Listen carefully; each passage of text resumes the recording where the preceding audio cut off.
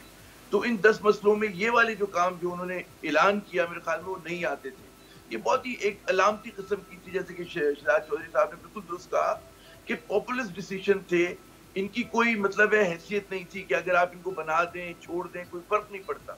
تو آپ کو جو اصل ملک کے بڑے مسئلے تھے اس میں ان کا شمار نہیں ہوتا تھا, اور کیونکہ تھنک تھرو نہیں کیا تھا حزب اختلاف کے دنوں میں بھی اس معاملے پر, اور اقتدار میں آنے کے فوراً بعد بھی, تو ان سے کہتے ہیں نا کہ وہ اپنے جو دعوے تھے اور ان کے جو وعدے تھے جو انہوں نے غیر حقیقت بہت سارے کیے تھے, عمران خان صاحب اس کے یرغمال بن گئے, اور آج تک ان کا پھلکا اڑایا جاتا ہے اسی بات پر کہ جی آپ نے جو وعدے کیے, اب وہ وعدے ایسے تھے کہ مطلب وعدے ہونے ہی نہیں چاہیے تھے. بات یہ ہوتی کہ عوام کی بھی بہت ساری چیزیں جو ہوتی ہیں کچھ ریاستیں پاکستان کی ملکیت ہیں, اور اس میں اگر ہمارا ملک آج مشکل میں ہے, معاشی مشکلات کے شکار ہے, تو ریاستیں جو ہیں اس طرح سے نہیں سوچتی 5-10 سال کے اس میں ہورائزن میں, وہ طویل مدتی سوچتے ہیں. 40 سال 50 سال بعد ہو سکتے ہیں پاکستان بہت ہی ایک امیر خوشحال ریاست ہوگی, اور ہمیں ضرورت ہوگی اس طرح کے بڑے بڑے محلات کی, کہتے ہیں ریاست کی شان و شوکت دکھانے کی. تو یہ چیزیں جو ہوتی ہیں بالکل درست کہا کہ ایک ہمارا قومی سرمایہ ہوتی ہے, اور ان کو آپ جو ہے کہتے ہیں نا مخالفت برائے مخالفت کے لیے فوراً سے آپ ان کو ڈائلیوٹ نہیں کرتے تھے. عمران خان صاحب نے میرے خیال میں جو انہوں نے, آپ یاد کریں اقتدار میں آئے, انہوں نے آ کے زور کس بات پہ دیا, لوگ تو ایکسپیکٹ یہ کر رہے تھے کہ بڑے وہ ہوں گے, فیصلے ہوں گے. ہم فیصلے جو ہے فروخت کرتے ہیں, ہم سیکنڈ ہینڈ گاڑیوں کو فروخت کرتے ہیں, وہ چیزیں جن کی کوئی حیثیت نہیں تھی, جو معیشت میں کوئی بہت بڑا امپیکٹ نہیں ڈال رہے تھے. بات یہ ہوتی کہ اس ملک کے مسئلے کچھ اور ہیں. اس کے لیے جو ہے ان کو اگر ہم بات کریں جی آپ کو واقعی ریفارم کی ضرورت تھی, آپ کہتے ہیں جی ہم لینڈ ریفارم کریں گے, ہم جی وہ اصلاحات کریں گے کہ ہم لوکل باڈیز کی اصلاحات کریں گے, ہم ڈیولیوشن آف پاور کریں گے. ان چیزوں پہ آپ جو ہے اگر اپنا اتنا وقت ضائع کرتے, انگیج کرتے آپریشن کو, تو زیادہ فرق پڑتا. تو امیر خان صاحب بات یہی ہے کہ جب آپ کی تیاری نہ ہو اور نفاذی پہ بہت زیادہ زور ہو, تو پھر آپ اسی طرح جو ہے آپ کے پرانے لوگ بار بار ان کے دعوے دکھاتے ہیں, پریس کانفرنس دکھاتے ہیں, تقریر دکھاتے ہیں اور حکومت کو امبیرس کرتے ہیں. تو میرے خیال میں ابھی بھی وقت ہے اگلے جو 3 برس ہے کہ حقیقت پسندانہ گول رکھیں, وہ گول رکھیں کہ جو ملک کے لیے ریلیونٹ ہوں اور ہمارے مطلب ہے واقعی بڑے مسئلے ہوں. ان چیزوں پہ مطلب ہے ٹھیک ہے کہ آپ تالیاں بجوا سکتے ہیں کہ ہم یہ کریں گے, گورنر ہاؤس سندھ کا کھلا تھا, کچھ بچے بھی آئے وہاں پر, عوام بھی آئے, لیکن فرق نہیں پڑتا ہے چیزوں سے. جی بالکل ٹھیک ہے. عمران خان صاحب, ہم نے اس لیے ایک بہت ہی سادہ سا اور آسان سا آج پرائم منسٹر عمران خان صاحب کا امتحان رکھا ہے. ہم نے ان کے بڑے بڑے اکانومی $200 ارب, ہم وہ سوال ہی نہیں کیا. ہم نے اسی لیے کہ وہ مشکل فیصلے, ہم ان کو شک کا فائدہ دے رہے ہیں, ابھی 2 سال ہوئے ہیں, ہو سکتا ہے 3 سال میں کر لیں. ہم نے اسی لیے ایک بہت ہی آسان سا امتحان اٹھایا ہے کہ کیا وہ اس امتحان میں کامیاب ہوئے یا نہیں ہوئے. دیکھیں, کچھ چیزیں بڑی آسان ہوتی ہیں اور سیدھی سیدھی ہوتی ہیں. آپ ایک پالیسی لے کے آتے ہیں, چیزیں ہو جاتی ہیں. ان کے لیے آپ کو پیسے نہیں چاہیے ہوتے, ان کے لیے آپ کو کوئی بیرونی دباؤ نہیں ہوتا, ان کے لیے آپ کو بہت سارے لوگوں کو ان کی ناراضگی یا ان کو منانے کی آپ کو ضرورت نہیں ہوتی. مثال کے طور پہ آکسیجن کا سلنڈر کتنے کا بکے گا اور اس کو انشور کرنا کوئی مشکل نہیں تھا. انجیکشن اور ادویات کی قیمتوں کو اس کی جگہ پہ رکھنا کووڈ-19 کے دوران کوئی مشکل نہیں تھا. ماسک اور باقی چیزیں جو مل رہی تھیں, سینیٹائزرز وغیرہ, ان کو ان کی قیمت پہ رکھنا کوئی مشکل نہیں تھا. یہ تو سیدھے سیدھے کام تھے. اس کے لیے نہ آپ سے فوج پاکستان کی ناراض ہو رہی تھی, نہ اس کے لیے آپ کے اوپر امریکہ اور IMF سے کوئی دباؤ تھا, اور نہ اس کے لیے آپ کو کچھ اتنے بڑے کوئی قانون سازی کی ضرورت تھی. 18ویں ترمیم بھی اس کے راستے میں رکاوٹ نہیں تھی. یہ کام آپ کر سکتے تھے, آپ نے نہیں کیا, اور یہ آپ کی نااہلی کا اور آپ کی بیڈ گورننس کا ایک ثبوت ہے. دوسری جانب جن چیزوں کا اور جن بلڈنگز کا آپ نے ذکر کیا, دیکھیں مجھے کوئی ایک عوامی اجتماع یا کوئی ایک عوامی جلوس بتائیے یا کسی جگہ پہ کوئی عوامی رائے بتائیے جہاں پہ لوگوں نے کہا ہو, عام پاکستانی نے, کہ گورنر ہاؤس ہمارا ایک اثاثہ ہے, ہماری ایک ایسی بلڈنگ ہے جہاں ہم چاہتے ہیں کہ ایک آدمی ہمیشہ گورنر کے طور پہ عیاشی کرتا رہے, چاہے وہ کوئی بھی ہو, پنجاب والا, سندھ والا, کہیں بھی. کسی ایک نے کہا ہو, آپ کو یاد ہے امیر عباس, پورے پاکستان سے کہیں عوام کے دل سے یہ آواز نکلی ہو کہ گورنر ہاؤس, وزیر اعظم ہاؤس اور جو دیگر بڑی بڑی بلڈنگیں ہیں ان کو کنورٹ نہ کیا جائے اسپتالوں میں یا یونیورسٹیز میں یا پبلک مقامات میں, بلکہ ان کو ان چند لوگوں کی عیاشی کا سامان رہنے دیا جائے. کون سا ایسا پبلک پروٹیسٹ ہوا تھا, یاد کریں آپ؟ نہیں, بالکل بھی نہیں, بلکہ میں نے اس لیے کہا خان صاحب کہ لوگوں نے تو پرائم منسٹر کی ان باتوں کو پسند کیا تھا, لوگوں نے پسند کیا تھا خان صاحب کی ان باتوں کو, جب وہ کہتے تھے میں گورنر ہاؤس کی دیواریں گرا دوں گا. میں یہ کہہ رہا ہوں نا کہ پولیٹیکل ایلیٹ کے کچھ لوگ تھے, پولیٹیکل ایلیٹ ان کے کچھ لوگ تھے, اور کچھ بڑے طبقات کے لوگ تھے جن کے لیے ان بلڈنگوں کے دروازے کبھی بند نہیں ہوئے. یاد رکھیے, ہر اس آدمی نے دیوار گرانے کی مخالفت کی ہے جس کے لیے دروازہ کھلا تھا گورنر ہاؤس کا, جس کے لیے وزیر اعظم ہاؤس کا دروازہ کھلا ہے, اس نے وزیر اعظم ہاؤس کو تبدیل کرنے پہ مخالفت کی ہے. جن کے لیے دروازے بند ہیں, جن کی تعداد لگ بھگ کوئی بنتی ہے 22 کروڑ, اور یعنی آپ 5-4 لاکھ لوگ آپ نکال دیں پورے پاکستان میں سے, تو باقی سارے کے سارے وہ لوگ ہیں, ان میں سے تو کسی نے مخالفت نہیں کی. وہ تو کہتے تھے خان صاحب ٹھیک کہہ رہے ہیں, گراؤ دیواریں, ہم دیکھیں اس کے اندر کیا ہے, گراؤ دیواریں, لگاؤ جنگلیں, دیکھیں اس کے اندر کیا ہے. انہوں نے کیا کیا, جو پولیٹیکل ایلیٹ کے کچھ لوگ ہیں, طاقتور لوگ ہیں, دیکھیں ایون کون جا سکتا ہے, دیکھیں گورنر ہاؤس کے اندر یا ان بلڈنگوں کے اندر ججز جا سکتے ہیں, جرنلسٹ جا سکتے ہیں, جرنلز جا سکتے ہیں, ملٹری کے سینئر آفیسرز جا سکتے ہیں, بیوروکریسی کے سینئر لوگ جا سکتے ہیں, پولیٹیکل لوگ جا سکتے ہیں. انہی لوگوں نے مخالفت کرنی تھی نا, بالکل صحیح, عام پاکستانی تو نہیں کرنی تھی. اور میڈیا کے اوپر ایکسیس بھی انہی لوگوں کی ہے. اب عدالت میں آپ چلے جائیں گے اگر سٹے لے کر, تو جج صاحب تو سٹے ہی دیں گے آپ کو, اور کیا دیں گے وہ اس کے اوپر. دیکھیں بات سیدھی سیدھی ہے. اگر کوئی ایک پولیٹیکل ایلیٹ میں سے یا کوئی تگڑا ایک بندہ چلا جاتا ہے پاکستان کا رولنگ ایلیٹ کا حصہ, وہ بندہ چلا جاتا ہے, جا کے عدالت میں کہتا ہے جناب یہ گورنر اس کی دیواریں گرا رہے ہیں, وہ تو ایک اثاثہ ہے, تو عدالت یہ نہیں پوچھے گی کہ 22 کروڑ عوام کیا سوچ رہے ہیں. بالکل ٹھیک ہے, کیونکہ عدالت کے اندر جو لوگ موجود ہیں انتہائی قابل احترام ہیں, ان کو ایکسیس ہوتی ہے. اچھا مجھے ایک بریک کا کہا جا رہا ہے, بار بار ایک نیوز اپڈیٹ کیا, بریک کے بعد واپس آتے ہیں. عدالت نے یہ حکم دیا تھا کہ دیوار نہیں گرائیں, اسٹے تھا. عدالت نے یہ حکم نہیں دیا, یہ تحریک انصاف اور حکومت لوگوں کو گمراہ کر رہی ہے یہ کہہ کے کہ عدالت نے ہمیں اس کا سٹیٹس تبدیل کرنے سے روکا ہے. عدالت نے یہ بالکل نہیں کہا کہ آپ اس کا میوزیم کا سٹیٹس یا اور پبلک یوزیج کا سٹیٹس نہیں دے سکتے, صرف دیوار کی حد تک کا سٹے تھا. بریک کے بعد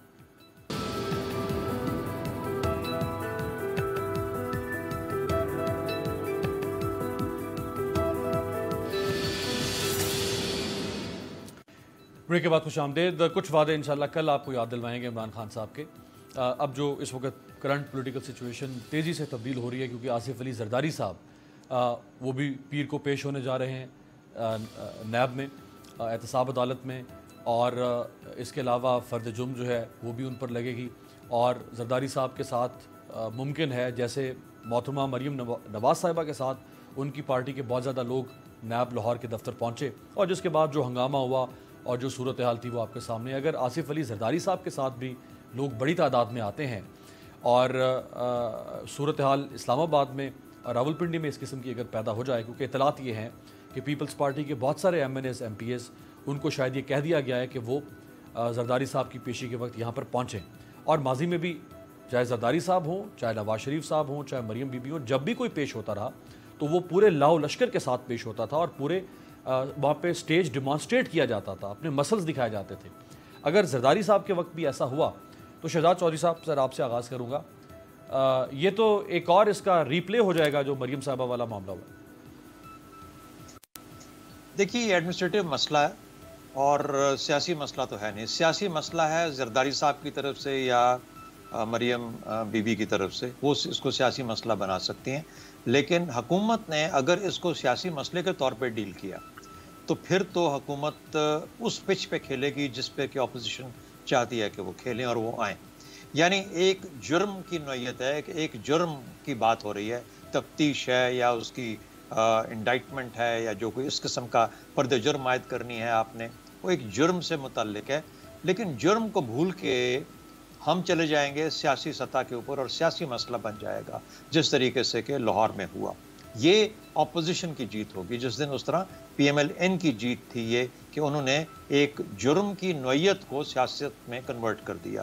یہی سب سے بڑی ان کی کامیابی تھی. دوسرا یہ معاملہ کہ مریم نواز صاحبہ پیش ہوں یا نہ ہوں, نیب کے آگے جانا پڑے یا نہ جانا پڑے, یا تیسرا یہ کہ انہوں نے جو راستہ اختیار کیا, پنجاب کی پولیس نے ہو بہو اسی راستے کو اپنایا اور ان کے گیم پلان کے اندر رہتے ہوئے معاملہ وہاں پہ لے گئے جہاں پر ان کا مقصد جو تھا اور جس طریقے کا وہ ٹکراؤ چاہتے تھے وہ ٹکراؤ ہو گیا. اس لیے ان کی جیت اور ان کی کامیابی ہوگی. اچھا اب آ جاتے ہیں زرداری صاحب کی جو آپ کہہ رہے ہیں کہ حاضری یا جو ان کو بلایا گیا.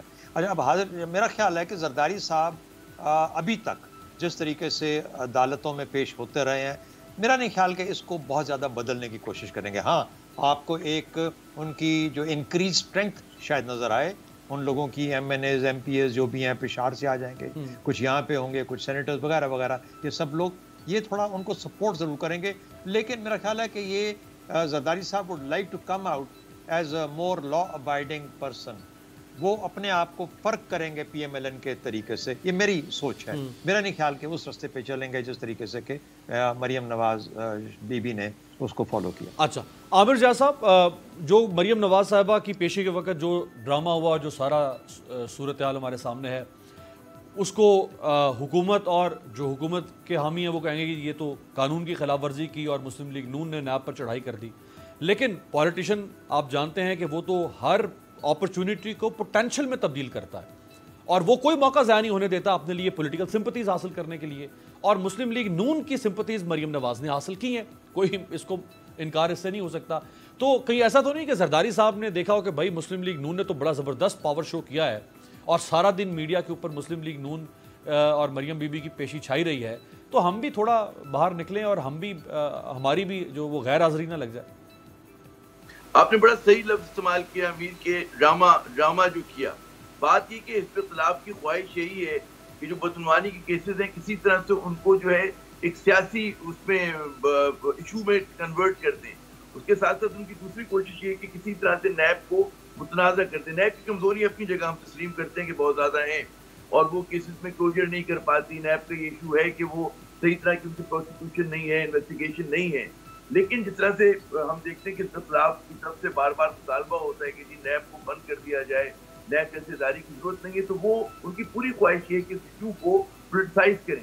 اور پاکستان کی بڑی بدقسمتی ہے کہ یہاں پہ وہ کہتے ہیں نا criminalization of politics and politicization of crime, یہ ایک ہمارا بہت پرانا ایشو ہے کہ جب آپ بدعنوانی کرتے ہیں آپ اس کو سیاسی رخ دے دیتے ہیں. وہ کراچی ٹو لاہور ہر جگہ پہ جہاں پہ سیاستدانوں کو موقع ملتا ہے وہ یہ کر رہے ہیں.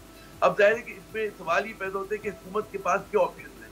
حکومت کے پاس آپشن نمبر ایک تو یہی ہے کہ کسی طرح سے ایک وہ جو ایک کہتے ہیں نا کہ جو ایک ڈسٹینس ان کو نظر آنا چاہیے لوگوں کو کہ جی نیب جو ہے ایک بطور انڈیپینڈنٹ آرگنائزیشن کے کام کر رہی ہے, اور ساتھ ساتھ جیسے بھی کچھ پروسیس شروع بھی ہوا اس میں مزید تحقیق ہونی چاہیے کہ جو حکمراں طبقے کے لوگ ہیں, حکمراں جماعت کے لوگ ہیں, ان کی بھی اکاؤنٹیبلٹی ہو. تو یہ بہت ضروری ہے کہ جو ہے حساب کا عمل ہو وہ صاف شفاف ہو اور وہ یہ یک طرفہ نظر نہ آ رہا ہو. اس کے ساتھ ساتھ یہ واحد ملک ہے کہ جہاں پر بدعنوان افراد جو ہیں وہ خم ٹھوک کر سینہ ٹھوک کر اس طرح سے نکلتے ہیں کہ جیسے انہوں نے کوئی کارنامہ انجام دیا ہو, وکٹری کے سائن بنا رہے ہوتے. تو سب کو پتہ ہے, کون نہیں جانتا ہے کہ جناب کہ یہ جو کہتے ہیں نا کہ جس طرح سے اثاثے بنائے گئے, کس طرح سے کہتے ہیں نا جب حکومت ملی تو سیاست کو کس طرح سے بزنس انٹرسٹ کو ایکسپینڈ کرنے کے لیے استعمال کیا گیا, دنیا کو پتہ ہے. مگر ہمارے یہاں کیونکہ پروسیکیوشن کمزور ہے, ہمارے یہاں وائٹ کالر کرائم کو ثابت کرنا بڑا مسئلہ ہو رہا ہے. تو آپ دیکھتے ہیں کہ ایک تماشا مچا ہوا ہے اور وہ لوگ کہ جو ملزم ہیں وہ بطور ہیرو عوام کے سامنے اپنے آپ کو پیش کرتے ہیں اور سمبولک وکٹریز ہوتی ہیں. یہ نہیں ہو رہا, میں اس بات پہ بالکل اس بات پہ بھی یہ سمجھتا ہوں کہ یہ نہیں ہو رہا کہ مریم صاحبہ جو ہے ایک دم جو ہے وہ ہیروئن بن کے سامنے آ گئی ہیں اور لوگوں نے کہا جی اس کا کوئی قصور نہیں. وہ لوگ جو مریم کے ہمیشہ سے حامی ہیں وہ ان کو سپورٹ کرتے رہیں گے, جو مخالف ہے وہ سپورٹ کرتے رہیں گے. میڈیا کا وہ حصہ جو کہ پرو نواز ہے وہ وہی بات کرتا رہے گا, بالکل صحیح, اختلاف کے لوگ وہ بات کرتے رہیں گے. تو کوئی بڑی چینج نہیں آئی ہے اس سے کہ پبلک اوپینین بدل گیا ان چیزوں سے.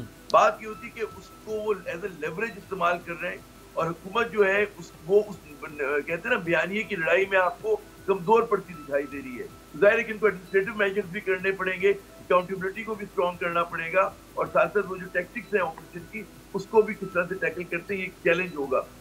میں نہیں سمجھتا کہ پیپلز پارٹی والی جو بات ہے, پیپلز پارٹی کی زیادہ ہسٹری ہے احتجاج کرنے کی سڑکوں پہ, لیکن میرے خیال میں اس وقت وہ اس آپشن کی طرف نہیں جائے گی. جی رائٹ.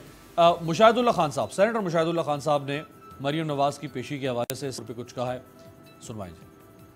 مریم نواز خالی مریم نواز نہیں ہے, وہ پی ایم ایل این کی لیڈر ہے, وہ محمد نواز شریف کی بیٹی ہے, وہ کبھی رضیہ سلطانہ ہے, کبھی رانی کی جھانسی ہے, کبھی وہ محمد کی امت ہے, کبھی زلیخا کی بیٹی ہے. آپ سمجھ رہے تھے کہ جناب وہ اکیلی آئے گی, کیوں آئے گی اکیلی کبھی دوبارہ بلا کے دیکھو اس سے زیادہ آئیں گے. جو نہیں پہنچے تھے وہ بھی پہنچیں گے. وہ نواز شریف کی بیٹی ہے, ابھی تو نواز شریف نہیں آیا, ابھی تو یہ پہلی منزل ہے, تم تو ابھی سے گھبرا گئے. جی عمران خان صاحب, رضیہ سلطانہ زلیخا کی بیٹی, اس کے علاوہ پہلی ابھی تو یہ پارٹی شروع ہوئی ہے نون لیگ کی. مجھے ریحام خان کی ایک بات یاد آئی. ایک دن وہ کراچی گئی ریحام خان, عمران خان صاحب کا جلسہ تھا, تو وہاں کچھ عورتوں نے اس کو ریسیو کر لیا پی ٹی آئی کی. ہم لوگوں نے تنقید کی, ہم نے کہا جی یہ کون عورت ہے, کل تک جرنلسٹ تھی, آج عمران خان کی بیوی ہو گئی ہے, تو یہ پروٹوکول لے گی, یہ تو نہیں ہونا چاہیے. تو اس شام کو میں سن رہا تھا ریحام خان ٹی وی پہ کہہ رہی تھی کہ دیکھیں مجھے فاطمہ جناح سے بھی لوگ ملانے کی کوشش کرتے ہیں, کبھی محترمہ بے نظیر بھٹو سے ملانے کی کوشش کرتے ہیں, تو میں یہ کہتی ہوں کہ ایسی باتیں وہ نہ کریں. تو کیا پدی اور کیا پدی کا شوربہ. میں سیدھی سی آپ کو بات بتاؤں, یہ اندر جب جاتے ہیں نا نیب کے دفتر کے, یہ وہاں پہ منمناتے ہیں, میمنوں کی طرح بولتے ہیں, ان کی آواز نہیں نکلتی. یہ کہتے ہیں جو قبروں میں ہمارے بزرگ پڑے نا ان سے جا کے سوال پوچھو, کسی سوال کا ان کے پاس جواب نہیں ہے. مجھے آپ یہ بتائیں کہ کوئی شریف آدمی بطور ملزم کسی ادارے میں پیش ہو رہا ہو, وہ تو زمین میں گڑ جاتا ہے کہ کسی کو پتہ نہ چلے کہ میں آج انکوائری بھگتنے جا رہا ہوں. وہ تو کہتا ہے کہ بھائی کسی کو سمجھ ہی نہ آئے, میں جا کے انکوائری بھگت کے باہر آ جاؤں. مجھے یاد ہے عزت دار آدمی اگر تھانے چلا جائے تو وہ بات چھپاتے رہتے ہیں. وہ کسی کے گھر پولیس پھیرا لگا کے چلی جائے, وہ بیچارہ پریشان رہتا ہے بڑے لمبے عرصے تک.